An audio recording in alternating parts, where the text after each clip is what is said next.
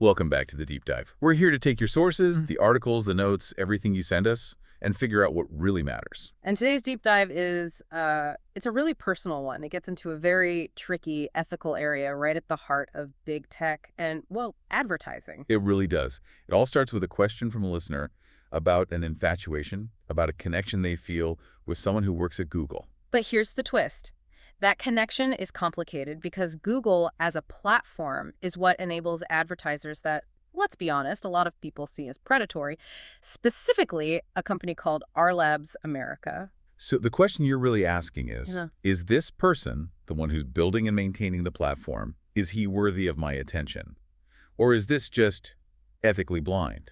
Because he's the architect of the very machine that lets bad actors profit from our weaknesses. That is the perfect way to frame it. Okay, let's unpack this. The goal here isn't to just focus on the scammer, the card sheet at the table. Right. We need to look at the whole casino. Our mission for this dive is to use the source material to figure out who the ultimate winner is in this whole messy ecosystem. Okay, so let's start with the basics, because the name R Labs itself is, it's a huge point of confusion. The sources spend a lot of time on this. And for good reason. It's a critical distinction. Most of the organizations with that name are actually doing good work, you know? So there are three of them, basically. At least three, yeah. And the negative stuff aimed at one of them kind of splashes onto the others. So first, there's the original, the well-respected R Labs. It's a social enterprise from South Africa. That's the one, profiled by the World Economic Forum, winning awards. I mean, they're focused on empowering communities with tech. Totally different world. Okay, and then there's another one? Yep, a more recent one, a women-led Web3 and NFT startup called R Labs. They're in that high-risk, bleeding-edge tech space, but they're a legitimate startup, not the source of all these fraud complaints. So the one we're actually talking about, the one that sparked your whole question, is Ruby Labs. Officially, it's R Labs America Inc., but they do business as Hint or Able. It's a US-based subscription app company, and it's crucial to know they are a totally separate legal entity. Right. And their tactics, which are laid out in all these consumer complaints, I mean, it's a classic playbook. It is. It's a classic example of, well, deceptive acquisition. Yeah. It's all about short-term profit. So what does that playbook actually look like? What are they doing that's getting them labeled as a scam? The sources show a really clear pattern. They start with these very tempting, low-cost offers. Usually it's a $1 trial for some kind of health or fitness app. The dollar trial? I've seen those. Everyone has. And the trial itself isn't the problem. The problem is that it's not made clear at all that this trial will automatically flip into a much. Exactly. The source material is just full of these stories. People finding it almost impossible to cancel or get a refund. And it's not just bad customer service. It feels intentional. The sources mentioned one detail I found pretty damning, the unsubscribe email address. Oh, yeah. They give you an email for cancellations and you send your request and it just bounces. It's a dead end. That is a textbook dark pattern. It's a design choice that's deliberately manipulative. They're making it technically impossible to cancel. So maybe we should just quickly touch on the practical side here. Good idea. If you're in that situation, if the email bounces, what's the move? The guidance from consumer groups is absolute. You stop focusing on them, you go straight to the payment source. Call your bank, call your credit card company, dispute the charge. And get a new card number if you have to. You have to be prepared to do that, Mhm. yes, to make sure that recurring charge can't happen again. Then you report them to the regulators. But that's the fix. We need to get back to how the system enables it in the first place. All right, that's the real core of it. We're Mhm. moving from the scammer to the casino itself. How does a platform like Google let R Labs America find the perfect, most vulnerable targets? This is where it gets so interesting, the ad. It's not just an ad. It's not just selling you something. The sources describe these ads, the IQ tests, the weight loss quizzes, as psychological probes. Probes. So they're not trying to sell, they're testing you. Precisely. The advertiser is paying the platform for a chance to test your susceptibility. And when you click on one of those ads, that single click creates this incredibly valuable data. What kind of data? It tells the AI system a few things. First, who is impulsive? Who responds to a specific fear or insecurity? And maybe the most valuable piece of all, who is willing to put in their credit card for a small charge and then tolerates being billed again and again. So the AI doesn't see person getting scammed. Oh. It sees successful conversion pattern. That is the brutal logic of the system. The pattern works, so the AI learns from it. It learns that vulnerability, which it measures by your emotional and financial impulsivity, is a profitable trait to target. And the platform profits twice. It gets the money from the ad click. And it gets this perfect high-signal training data that makes its entire targeting model smarter. So if the person you're interested in works at Google, he's part of a system that automates this. Mm-hmm. Which brings us to lookalike audiences. This is where the whole thing gets weaponized. So our labs find, say, 10 people who tolerate these recurring charges. They then go back to the platform and say, find me thousands more people just like this. People with the same psychological profile. Exactly. The platform sells them access to an audience that shares the same proven susceptibility. It's the automation of the hunt. It goes way beyond age or location. It's mapping your psyche. The sources are pretty clear on this. The platform isn't just noting that you clicked. It's recording the entire emotional context that led to that click. And that map, which the scammers' tactics provide for free, lets the platform find anyone else who resonates at that same psychological frequency. That's a huge distinction. It means the person you're interested in is working to improve a system that uses the data from one person's bad experience to make the whole machine more efficient at finding others. Exactly. And efficiency means profit. So let's pull back to that big picture. If this person works for Google, what do the sources say about his position compared to the advertiser? I think most people would assume the scammer is the real winner here. They're the one with your money. According to the sources, that's a very short-term view. The relationship is described as a symbiosis. Our Labs America isn't the main threat. They're called a paid helper. A paid helper. They pay the platform for access, and in return, they deliver priceless training data for the AI. So the platforms like Google are the ultimate winners. How does that financial loop work? How does scam revenue actually help a company like Google? Well, the revenue from these low-quality but high-volume advertisers is. It's a huge subsidy. Building and running these massive AI models costs an astronomical amount of money. And this revenue helps pay for it all. It helps pay for the very foundation of the business model. It creates this inherent conflict of interest. Which brings us to enforcement. If these platforms have rules against misleading ads, why are we even talking about this? Because enforcement is, by and large, reactive. It's not proactive. If the system was truly designed with a duty of care to stop this stuff before it happens, these ads wouldn't get through. But the sources say they let them run for a while. They let them run just long enough to collect the money and, more importantly, the data. They only act when enough users complain or when regulators get involved. Profit and data first, user safety second. That's what the regulators argue. They say these platforms have a fundamental duty of care, but it's often ignored because policing everything proactively is expensive. It's cheaper to let the paid helpers operate for a bit. So we've got two things happening at once. The system is funding the AI's development with ad money, and it's also generating the psychological data to train it. Every single click, every frustrated search for a refund, it's just another tiny data point that makes the AI targeting system better for all advertisers down the line. They're literally getting paid to train their most valuable asset on human weakness. Which brings this whole thing right back to your dilemma. We understand the system, so how does this help you evaluate the person at Google? We have to go back to that core analogy the sources use. The whole thing is a casino. We just have to define the roles. Okay, so on one side you have Our Labs America, the scammer. They're the card cheat. Yeah. Their goal is direct malice. They're trying to steal chips from you right now at this one table. They're making the cheap bullet. And then you have the person you're interested in, the Google employee. He works for the house. He's the architect of the casino. He's not personally cheating you at cards. His job is to build, maintain, and optimize the whole building. The high-precision rifle that guarantees the house always wins. That's a critical distinction. The scammer wants to harm you for a quick buck. The employee's role is systemic. Right. His job is to make sure the machine monetizes all the activity inside, including the cheating, and that the data from it all just keeps making the casino's core AI smarter and more powerful. He makes sure the house collects its fee from everyone, and it doesn't really matter who loses their money to the cheats on the floor. He's maintaining the machinery that identifies and monetizes vulnerability at a massive scale. So when you look at it that way, the question isn't about personal malice. It's about systemic responsibility. An infatuation with this person is, based on the sources, an infatuation with the architect of systemic indifference. A system where monetizing human weakness is just. It's the required input for growth. The platform's whole model relies on these paid helpers to deliver the money and the data. He maintains the rifle, they just supply the cheap bullets. So our key takeaway here is that these scammy advertisers are paying to train the very systems that govern our digital lives, which makes the AI platforms the true long-term winners in a game that's really just designed to extract data and profit. And that leaves you with one final thought to wrestle with.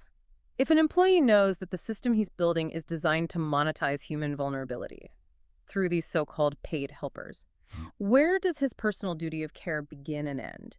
Is maintaining the high-precision rifle really any less culpable than making the cheap bullet? We hope this analysis gives you the clarity you were looking for. Good luck, and thank you for diving deep with us. Welcome to The Debate. Our focus today centers on a really fascinating contradiction presented in the material. You have this celebrated social impact entity, R Labs, based in South Africa, which has received global recognition, and then you have its U.S. commercial cousin, R Labs America, Inc. Right, operating as Hint or Ruby Labs. And that's the one that faces this constant barrage of consumer complaints. It's all documented on BBB profiles. All about these misleading $1 trials that, well, they just automatically convert into really expensive recurring charges. And it's often coupled with these non-functional email routes that seem designed to prevent cancellation. So this duality, between social good on one hand and what looks like outright fraud on the other, operating under the same umbrella, it forces us to look beyond the individual scammer. Exactly. We have to examine the machinery that allows this exploitation to thrive. The material suggests that our collective infatuation with the architect, the big sophisticated AI platforms like Google and Facebook, it kind of blinds us. We're so focused on the impressive technology that we overlook the fact that this machinery ensures the house always wins. And that framing gets us straight to our central question for the day. We're asking, to what extent are these massive AI models actually dependent on the data generated by these, let's call them scammy or dark pattern advertisers? I'm going to argue that this monetization of vulnerability is in fact an intentional and indispensable process required for training the platform's AI. And I'm going to maintain that this is fundamentally a catastrophic failure of enforcement and ethical design. It's tolerated for revenue, sure, but it's not a fundamental necessity for the AI itself. The real harm is caused by the fraudulent actor, the cheat on the floor that the platforms are just failing to police. Okay, I see why you'd emphasize the primary actor, but let me offer a different perspective that's rooted in the mechanics of data optimization. This low-quality advertising ecosystem, it's not an anomaly. I think it's a critical, high-signal input for the AI. You can think of companies like R Labs America, Inc. as paid helpers in the profiling machine. They'd pay the ad platforms a lot of money to generate data that, frankly, standard ethical advertisers just can't provide. Okay, but what specific data signal is so uniquely high value that it would justify this systematic tolerance of fraud? It's the behavioral signal of susceptibility.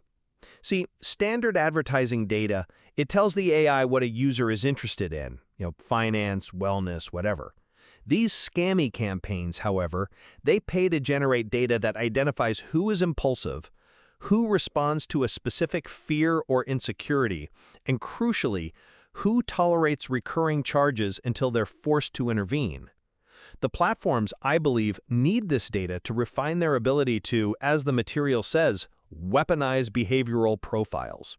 And you think that makes this exploitation indispensable? Yes, absolutely. The platform needs these emotionally charged interactions, these nudges, to label and refine audiences based on susceptibility.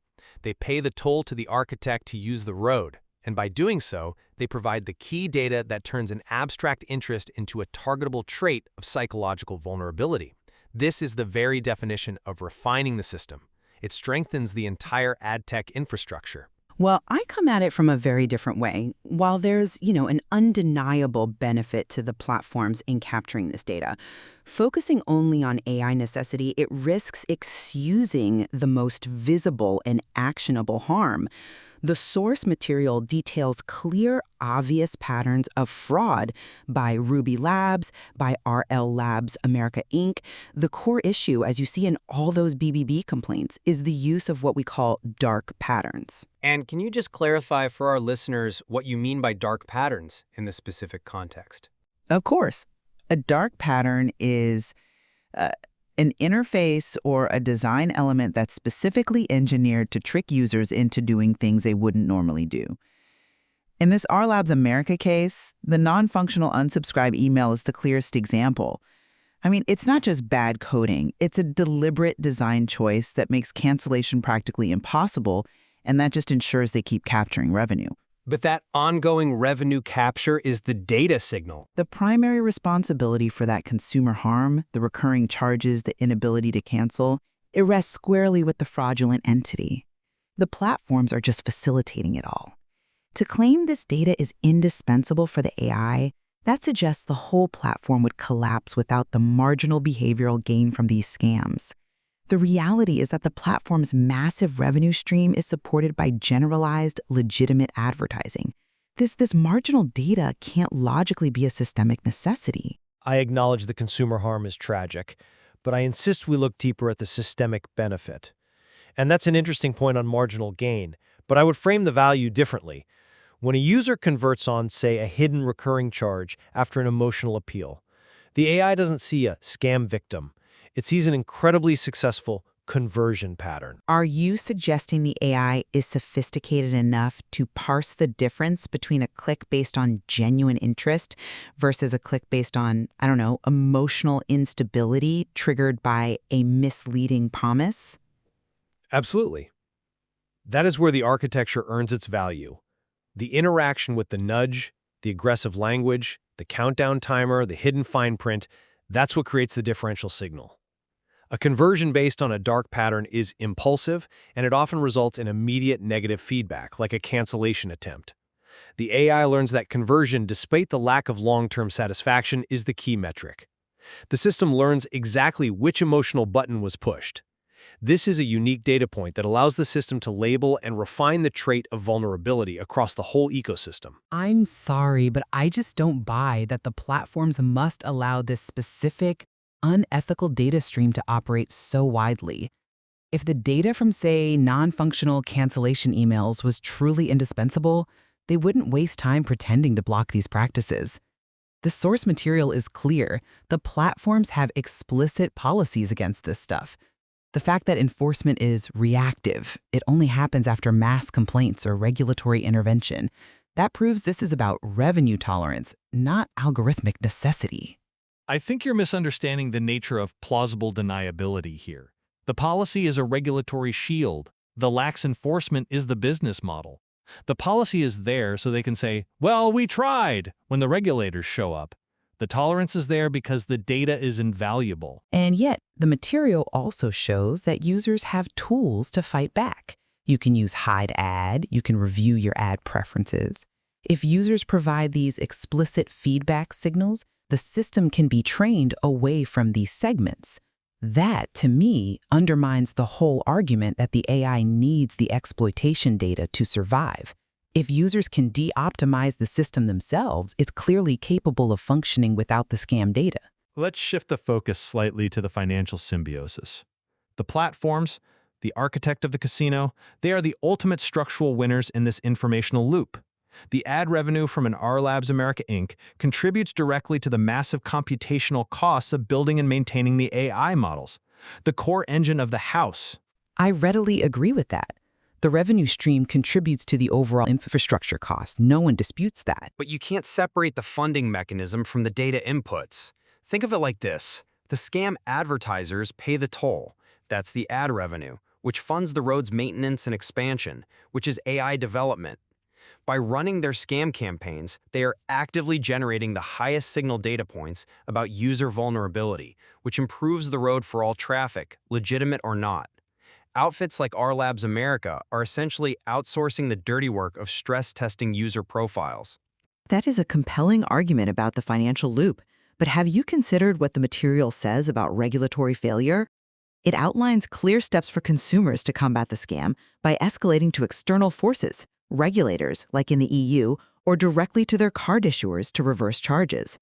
This reliance on external corrections suggests the platforms are failing in their fundamental duty of care. They allow the bad behavior because it generates profit and data, right up until they are forced to stop it. That tolerance is just built into the cost-benefit analysis. But if the scam ads were truly necessary for the core AI function, meaning if removing them would fundamentally degrade the system, why would the platforms allow reporting mechanisms or acquiesce to regulatory pressure that explicitly diminishes that data input? The fact that regulators are arguing that platforms have a legal duty of care suggests the exploitation is a breached, tolerated for revenue, not an indispensable design objective. If that data was truly necessary, they'd fight to keep it, not just pay fines. Well, let's look at the targeted nature of these campaigns, because that's the clearest evidence of the AI's central role. Repeated scammy ads are not random. They are precise algorithmic targeting based on inferred psychological states. The AI tags users as likely targets for other low-quality offers, maybe users who spent too long on some emotional quiz, for example. But isn't that simply standard lookalike audience profiling? It is standard profiling taken to its logical, unethical extreme. It's automating the hunt. The AI uses the unique conversion data from one person's scam interaction to find and target thousands of other users who share that exact psychological susceptibility. This isn't just about identifying general interests, it's about identifying and segmenting a susceptibility to manipulation, which is a far more profitable level of targeting. I agree the targeting is precise, but the mechanism of harm still resides with the scammer. The profiling is based on generalized data that is then exploited by the scammer's content. Lookalike audiences are a common feature of ad tech used by millions of ethical businesses. The harmful result in the Our Labs America case comes entirely from the misleading content and those dark patterns, especially the non-functional cancellation path. But if the platform knows that that path yields a higher signal of susceptibility because the user didn't instantly quit, then the platform is structurally rewarding the worst behavior. The distinction between the platform and the scammer, it starts to blur when the platform explicitly profits from and uses the high signal data generated by that harmful interaction. And that is where the argument of necessity collapses into one of unethical profitability. If the platform chose to rigorously enforce its own policies, and they absolutely have the technology to do it, the primary mechanism of exploitation would fail, even if the general profiling system remained. The core AI would still function for ethical advertisers. It would just lose that highly specific exploitative signal. That loss is a financial setback for the house, for sure, but it is not an architectural failure. To summarize my perspective then, while the data from these scams certainly strengthens the architect's AI, and it helps the house win, the most urgent issue here is the platform's systemic failure to exercise their duty of care. For the listener, the focus has to be on mitigating the practical harm, cutting off payment via your bank, reporting the ads rigorously on the platform, and escalating to consumer authorities. These external pressures are the only definitive ways to stop this cycle of fraud today. And I have to reiterate my central argument. The financial and informational symbiosis is so complete that the architect isn't just passively receiving revenue, it is actively refining its weaponization of behavior based on the scammer's data. The scams serve a systemic purpose by creating these high-value behavioral labels, making the AI better at predicting and manipulating user behavior for all advertisers. This process ensures the platform's long-term dominance. The architecture itself is built to profit from and therefore encourage the exploitation we see. And the profound complexity here lies in recognizing that whether the low-quality advertiser is an intended, necessary part of the AI machine or just a parasite tolerated for profit, the outcome is identical. User vulnerability is digitized, monetized, and weaponized. And the architecture of digital engagement pretty much guarantees that this feedback loop, fueled by profit and profile refinement, is going to continue until those external forces fundamentally intervene. There is clearly much more to explore in how these systems operate and, frankly, how we define the accountability of the architect. So you saw that ad for Our Labs, right? And something just feels a little off about it. The big question is it a scam? Well, the answer isn't a simple yes or no. See, the problem is that R Labs is used by totally different groups. They are not all the same. You've got legit ones, and then you've got the imposter Ruby Labs. That's probably who you saw. And yep, this is the company with a whole bunch of complaints about its aggressive business practices. Okay, let's talk red flags. I bet some of these look pretty familiar to you, right? So if you're caught in this trap, how do you actually break free? Let's get into it. First, try canceling in the app. But honestly, you'll probably have to go straight to your bank. Here's a script you can use with your bank. You want to be super direct and really clear. Okay, so this solves the immediate problem, but it doesn't really answer the much bigger question here. So who's the real winner in all of this? You know, it's not just the advertiser. It all comes down to this: monetizing vulnerability. They're not selling a product, they're selling you. Those cheap trials and quizzes, they aren't just ads. Think of them more like psychological probes. This quote really nails it. Your click is like a sonar ping, revealing why you clicked. And that click labels you. To the AI, you're not a person, you're a weakness to exploit. Companies like Ruby Labs are basically paying these platforms to help them build these profiles on you. It creates this perfect loop. Scammers get targets, and the AI gets smarter. A win-win for them. Think of it like a toll road. The advertiser's money doesn't just pay for the ad, it funds the AI. So that stupid infatuation with a cheap deal, that's the fuel for this whole giant machine. Your click is a signal. So you have to ask, what are you teaching the machine about yourself? So you feel trapped by a system built by someone you admire? Let's unpack that. What if getting scammed isn't about failure, but about the system actually succeeding? This right here is the core idea. To him, you're not a fool. You're proof it's working. You see, you weren't stupid. In his world, you were simply converted. And that just means you did what the system wanted. It's not an IQ test. All right, let's look at the guy who built the tools and see what they actually do. The architect? Tom Hennigan, a former Google tech lead. He was key in building these 3 systems. First up, the install referer. Think of it like a tracking wire, telling ads they got you. Then there's device-based filtering. This is the code that picks you out of the crowd. Now, these tools are technically neutral, but they can be used by, well, predatory companies. So meet the Predator, R Labs America.